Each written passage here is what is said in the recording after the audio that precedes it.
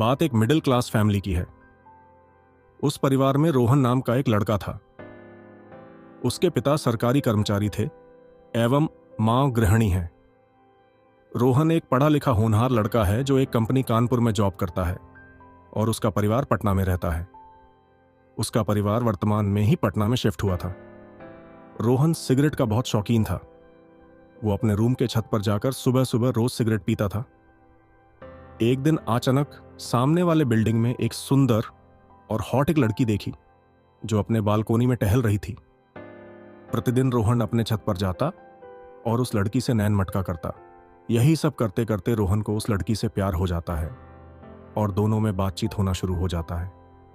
एक दिन रोहन को कंपनी से कॉल आता है और रोहन को कंपनी से बुलावा आता है और रोहन कानपुर चला जाता है और कंपनी में काम करने के बाद शाम को अपने रूम पर आता है और खाना खा पी कर सो जाता है।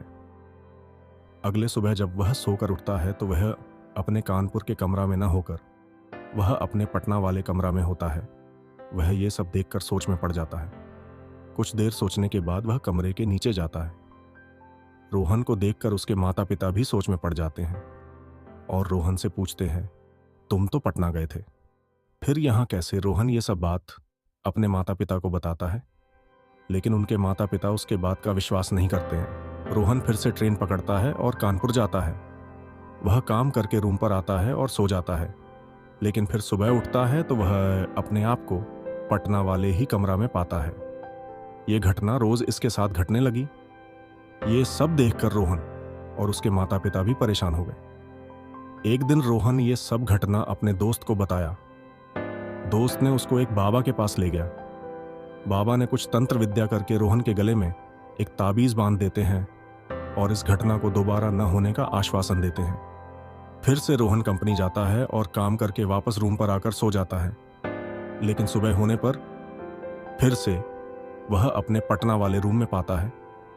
इस घटना को अब उसके माता पिता को भी विश्वास हो जाता है और वो रोहन को लेकर एक तांत्रिक के पास जाते हैं। तांत्रिक दूर से ही देखकर रोहन के परेशानी को बता देता है।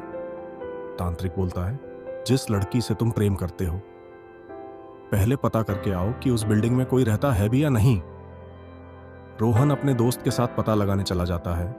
वो बिल्डिंग के चौकीदार से पूछता है, इस अपार्टमेंट में कौन रहता है?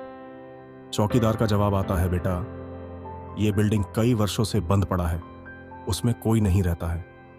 ये सब सुनकर रोहन हक्का बक्का सा रह जाता है और ये बात तांत्रिक को बताता है।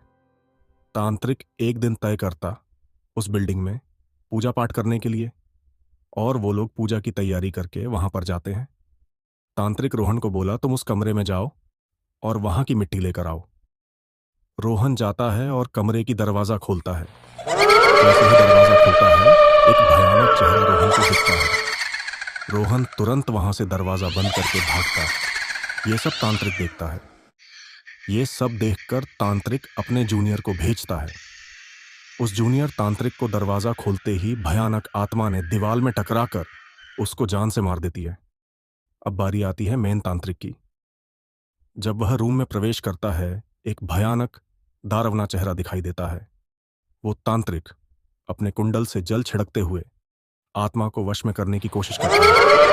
आत्मा डरावना स्वर में बोलती है, मैं तुझे मार डालूंगी, और रोहन की ओर इशारा करते हुए बोलती है, मैं तुझे साथ में लेकर रहूंगी, मैं सबको मार दूंगी। अंत में तांत्रिक उस आत्मा को कैद कर लेता है और रोहन को विदेश बस जाने का सलाह देता है। अगर रोहन अपने देश रहता तो वो आत्मा उसकी साथ नहीं छोड़ती।